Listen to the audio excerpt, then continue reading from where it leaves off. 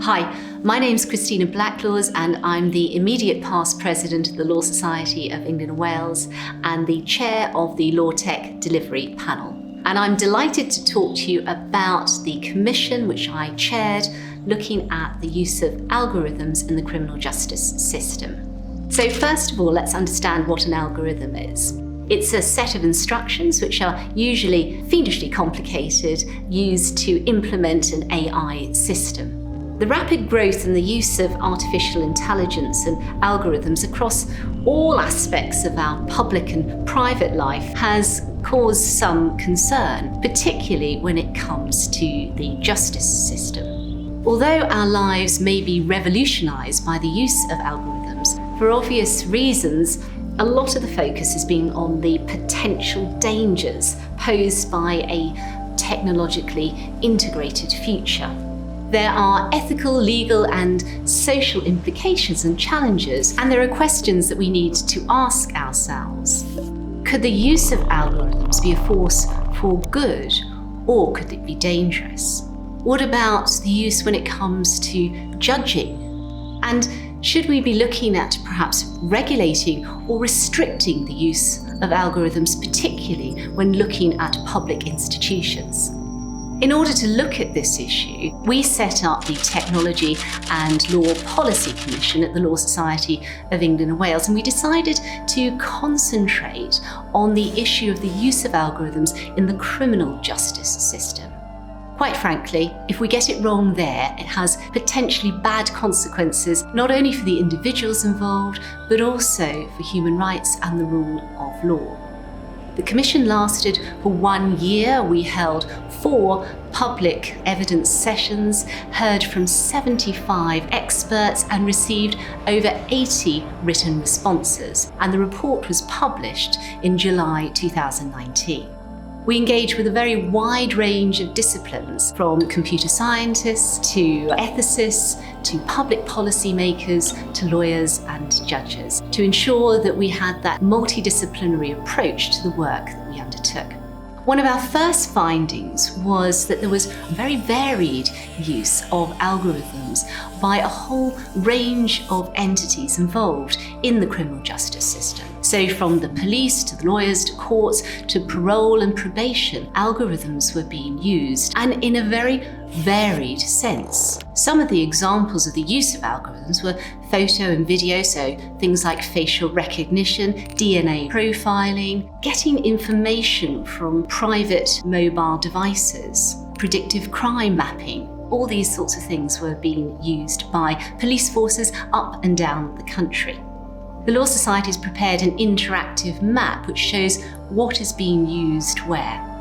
I'll give you a couple of examples of how algorithms are being used by police forces. The first is from the Durham Constabulary. They use an algorithm called HEART to identify whether suspects should be released from custody or retained. Interestingly, they have a very high success rate identifying low-risk offenders 98% of the time and high-risk offenders 88% of the time. Another example is the use of facial recognition. So this is when faces in a crowd are matched against faces on a watch list. However, when used in Notting Hill Carnival in 2017, this technique was less successful, where it incorrectly identified suspects 98% of the time. And the use of the technology by South Wales has resulted in a 91% inaccuracy. Another example is predictive crime mapping. Do you remember that Tom Cruise film, Minority Report, where the role of the police was to identify crimes before they had happened? Well, this is fairly similar, where an algorithm is used to identify in a geographic location where crimes are likely to happen and police officers deployed to those specific areas.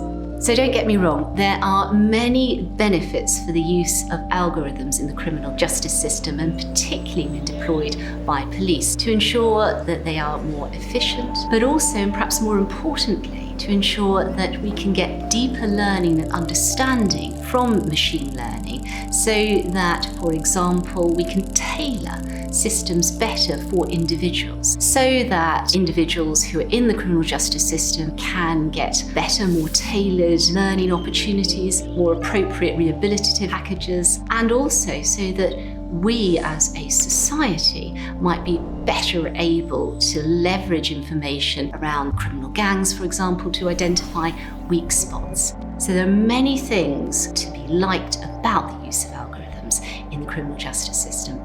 Our second finding was really concerning. There's a lack of standards, and we could not identify an explicit lawful basis for some of the use of the algorithms.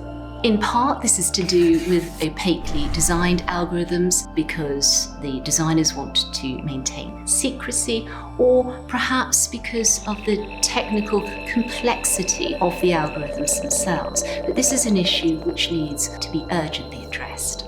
Our third finding was that these algorithms are not being critically assessed in a way which could have a really negative impact upon individuals' human rights. Although many of the use cases were either experimental or in pilot stage, they were not so technologically unique as to be not capable of being scrutinized and assessed, but they weren't. The assessment of these algorithms is really important so that we can identify any unintended or undesirable consequences of their usage. And I want to talk now about 3 areas where this could be very negative. Firstly, in relation to fairness. So what we know is that society has a number of biases. These biases are reflected in the information, the data that algorithms are fed on. We also know that there is bias in the people who are writing the algorithmic programs. All of this needs to be watched very carefully and addressed to ensure that those biases are not hardwired into the decision-making in the criminal justice system. There's also a threat to human rights. Algorithms are able to make assumptions about us from publicly available data, and those assumptions may be about things that we consider to be highly private. This can create a real risk to our right of privacy. There's also a risk potentially to our civil liberties from the use of smart CCTV technology, facial recognition, or extraction of information from our mobile devices. We also have a concern about the effective delivery of justice and the impact of the use of algorithms on the rule of law. Some of our experts spoke about the impact of a dehumanized justice system and the growing body of evidence that suggests that people may lack the confidence or the knowledge to be able to question or override algorithmic recommendations. If that's the case, having a human in the loop may not be a sufficient protection. So, what did we recommend? First off, a range of new mechanisms and institutional arrangements to improve the oversight of algorithms. We suggested enhancing the capability and the role of the Information Commissioner's Office, creating a new statutory code of practice for algorithms in the justice system under the Data Protection Act, and setting up a national register of algorithms so that their characteristics, the data that they're trained on, can be known and for audit purposes. And finally, that the Centre for Data Ethics and Innovation is put on a statutory footing so that it can continue to have an engaged oversight in terms of algorithmic developments in the justice system. Our second recommendation related to clarifying and strengthening protections. We saw many of these as being through the Data Protection Act, so mandating data protection impact assessments, ensuring that there is meaningful human intervention in algorithmic decision-making, and beyond the Data Protection Act to strengthen our existing regulations. So, for example, when it comes to equality impact assessments, mandating that they are used in this way. Our third recommendation was to ensure that we had appropriate controls in the procurement and that human rights issues were put foreground and properly considered. So things like having a statutory procurement code, reviewing our policy options when it comes to mandating human rights, and most importantly, ensuring that we have explanation facilities so that individuals can understand why an algorithm has made a decision and what they have taken into account in coming to that decision, so that they can determine whether or not to seek a remedy in the court, for example.